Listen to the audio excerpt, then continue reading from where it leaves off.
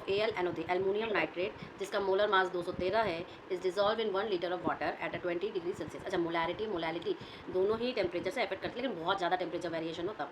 The density of water at this temperature is 0.9982 ग्राम पर centimetre cube. चलो ठीक है। And the density of the resulting solution is this 0.9990 ग्राम पर centimetre cube.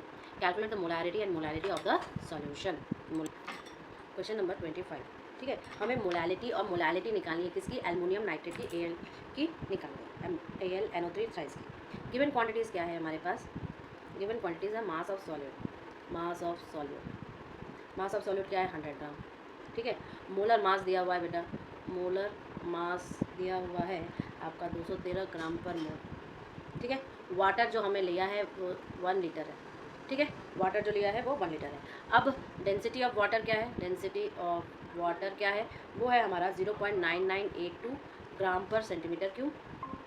और density of solution क्या है? डेंसिटी ऑफ सॉल्यूशन क्या है? ये है हमारा 0.0990 आपका ग्राम पर सेंटीमीटर क्यूब। ठीक है, तो number of moles of solute, ठीक है, ये क्या हो जाएगा आपका n, और ये हो जाएगा 100/213। ठीक है, तो ये हो जाएगा बेटा जी आपका 0.469 मोल्स। ठीक है, इसी तरह अगर मैं बोलूँ मास ऑफ वाटर तो क्या हो जाएगा? Rho is equal to mass upon volume, तो वॉल्यूम से डेंसिटी को मल्टीप्लाई करेंगे। वॉल्यूम हमने 1 लीटर लिया यानी कि 1000 ml इंटू 0.9982। ठीक है, तो ये हो जाएगा 998.2 ग्राम। तो टोटल मास ऑफ सॉल्यूशन क्या हो जाएगा?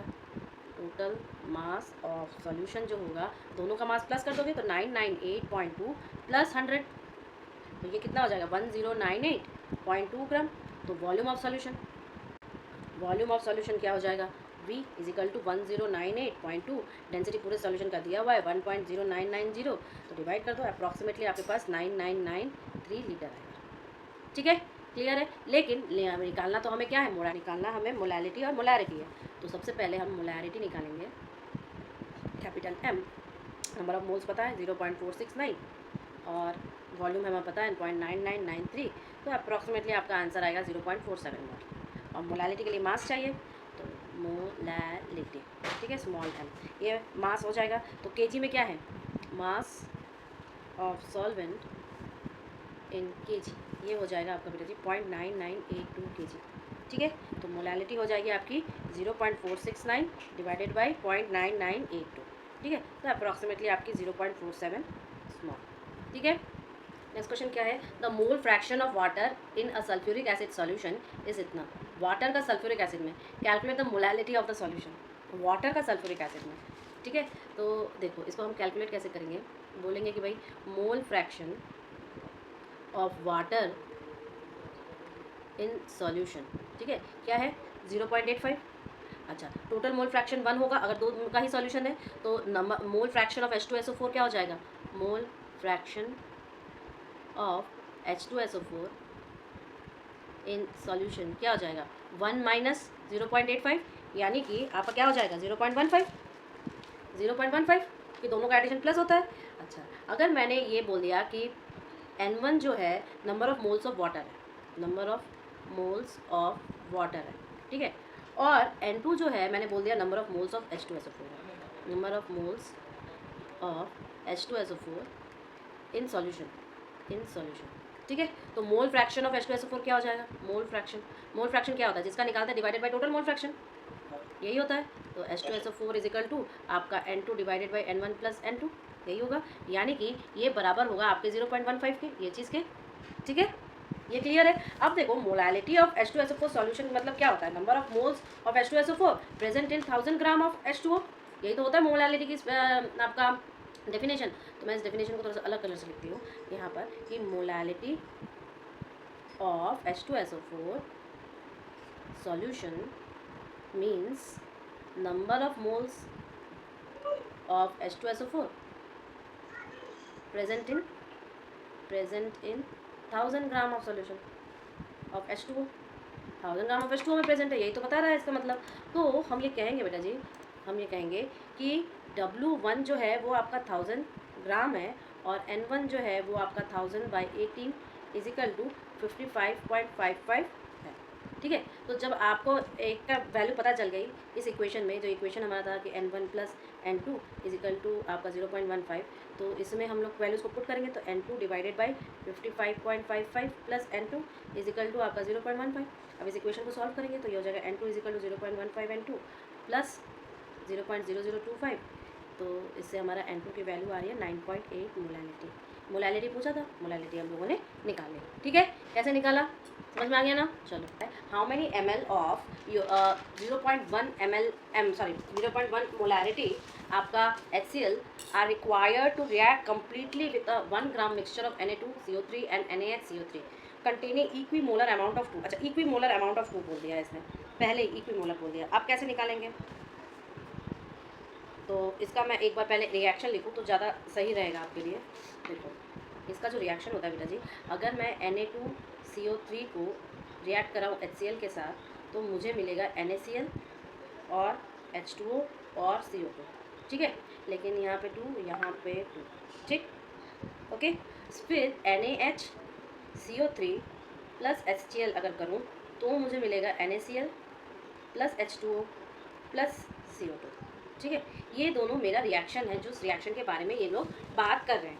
ठीक है, अब अगर मैंने ये कहा कि let the amount of Na2CO3 be x, ठीक है, कहाँ पर, इन द मिक्सचर, क्लियर है। तो अमाउंट ऑफ NaOH क्या हो जाएगा, अमाउंट ऑफ NaHCO3, तो ये दोनों का मिक्सचर है तो ये 1 माइनस एक्स हो जाएगा, जितना उसका है दोनों का मिला के 1 ही होना चाहिए।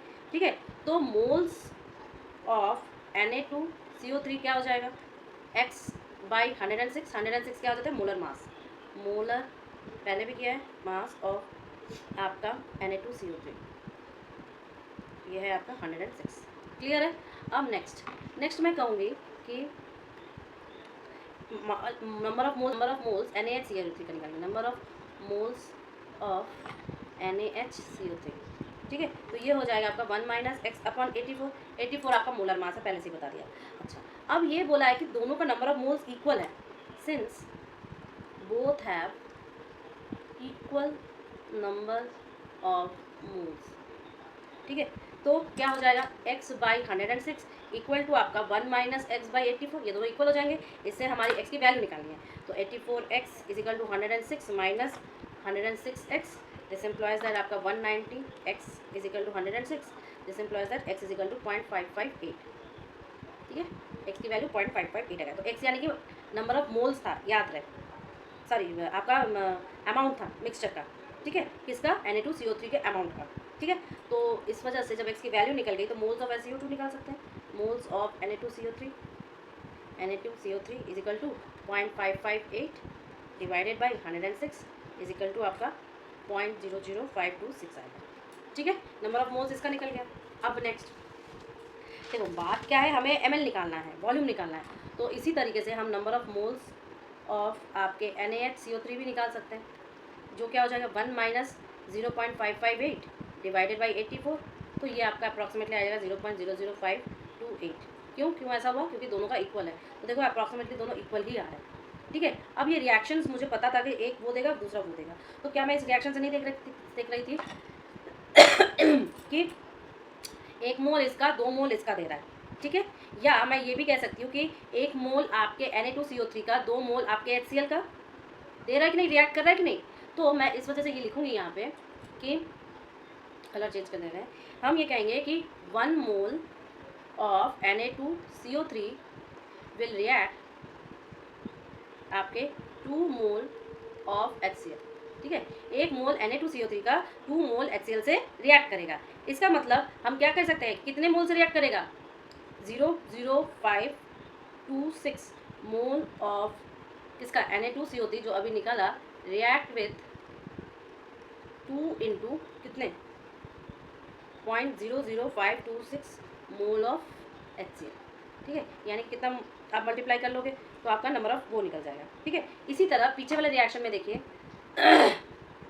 1 मोल आपके NaHCO3 का आपके 1 मोल HCl से ही रिएक्ट कर रहा है, दोनों का मोल 1 मोल से ही रिएक्ट कर रहा है। इसका मतलब बेटा जी हम ये कह सकते हैं कि देयरफॉर आपका total number of HCl actually required to react with mixture, react with mixture, क्या हो जाएगा ये हो जाएगा आपका, क्योंकि दोनों का आपका NaHCO3 भी निकाले हैं, Na2CO3 भी निकाले हैं, एक का 2 चाहिए, एक का 1 चाहिए, तो 2 इंटू आपका 0.00526 प्लस एक का एक बार ही चाहिए तो 00526, तो ये लगभग आपका आ जाएगा 0.01578 मोल। ठीक है, क्लियर है। अब देखो 0.1 mole of 0.1 molarity is present in 1000 ml mixture. ठीक है, तो इसका मतलब हम ये कह सकते हैं कि 0.01578 mole of 0.1 molarity HCl is present in आपके 1000 डिवाइडेड बाई 0.1 इंटू 0.157 ठीक है, तो ये आपके किसके बराबर हो जाएगा 15.7.8 मिलीलीटर के बराबर हो जाएगा। यही आपका आंसर है। ठीक है, यही वॉल्यूम उसने निकालने को बोला है। क्लियर है ना। सबसे पहले हम लोगों ने क्या किया, चलो एक बार रिवाइज कर लेते हैं। इसने बोला हाउ मेनी ml वॉल्यूम निकालना है, इतना molarity HCl is required to react completely with 1 gram of mixture of इतना इन इक्विमोलर। तो रिएक्शन मैंने लिख लिया, फिर रिएक्शन निकालने के बाद मैंने बोला कि चलो एक का अमाउंट अगर x है तो दूसरे का 1 - x हो जाएगा, क्योंकि दोनों का ही मिक्सचर है। फिर अमाउंट निकालने के बाद मैंने दोनों का नंबर ऑफ मोल्स निकाल लिया, क्योंकि मुझे दोनों का मोलर मास पता है। जब नंबर ऑफ मोल्स निकाल लिया तो मुझे पता चल गया कि भैया एक का तो 1 मोल रिएक्ट कर रहा है, दूसरे का 2 मोल रिएक्ट कर रहा है। इस वजह से मैंने फिर टोटल मोल्स निकाल लिए। टोटल मोल्स निकाले तो मेरे को ऊपर एक चीज़ दी हुई है कि इतनी मोलैरिटी में इतना में प्रेजेंट है, तो भाई इतने नंबर ऑफ मोल्स इतनी मोलैरिटी में कितना में प्रेजेंट होगा, तो मैंने आंसर निकाल लिया। ठीक है, चलो अब इसे करो बेटा।